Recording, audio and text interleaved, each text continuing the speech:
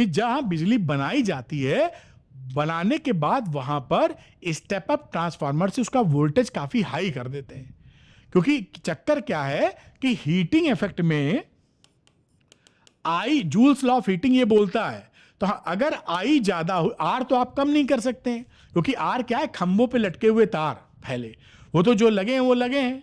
Are घटाना है तो मोटे मोटे तार लगाइए, कॉपर लगाइए, चोरी हो जाएगी, वहां इतना खर्चा भी नहीं कर पाएगी गवर्नमेंट, कॉपर बड़ा महंगा होता है।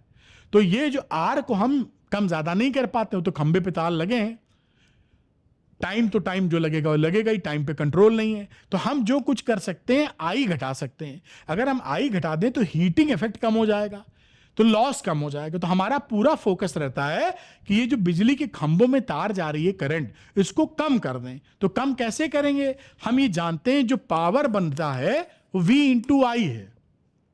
आइडियल ट्रांसफार्मर में input power is equal to output power.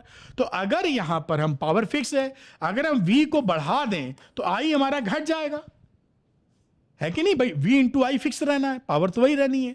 तो हम V बढ़ाकर I कम कर देते हैं। तो ये देखिए, V बढ़ाएंगे I कम कर देंगे। तो यहां पर जनरेटिंग स्टेशन जो होते हैं वहां पे हाई वोल्टेज खूब स्टेप अप कर देते हैं।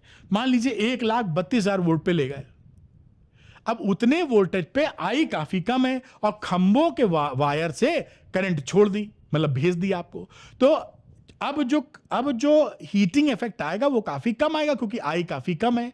अब वो उसके बाद जाता है आपके घर के पास में एरिया सब स्टेशन होते हैं, आप देखेंगे तो 5-7 किलोमीटर में, 5 किलोमीटर में एक ना एक दिख जाएगा एरिया सब स्टेशन।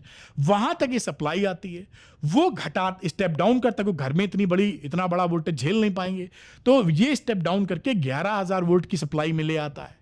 उसके बाद आपकी कॉलोनी में, हमारे घर के पास, आपके घर के पास देखेंगे 500 मीटर पे, 1 किलोमीटर में, 1 किलोमीटर ज्यादा ही बता रहे हैं, अगर डेंस लोकेशन है तो 400-500 मीटर में एक ट्रांसफार्मर आपको दिखेगा। एक और ट्रांसफार्मर लगा होता है, वो 11,000 वोल्ट को 220 वोल्ट पे स्टेप डाउन कर देता है, और 220 वोल्ट की सप्लाई हमारे घरों में सप्लाई होती है।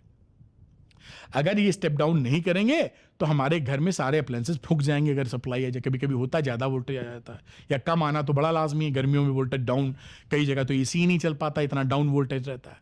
तो वो सब कहानियां होती। तो आप समझे ना कि लॉन्ग डिस्टेंस ट्रांसमिशन के लिए हमें स्टेप अप ट्रांसफार्मर यूज करना पड़ता, हाई वोल्टेज जिससे आई कम कर दे, और इस्तेमाल करने के लिए स्टेप डाउन यूज करते हैं, वोल्टेज को कम करके 220 पर हम घरों में यूज करते हैं। तो लॉन्ग रेंज ट्रांसमिशन इस तरीके से ट्रांसफार्मर की मदद से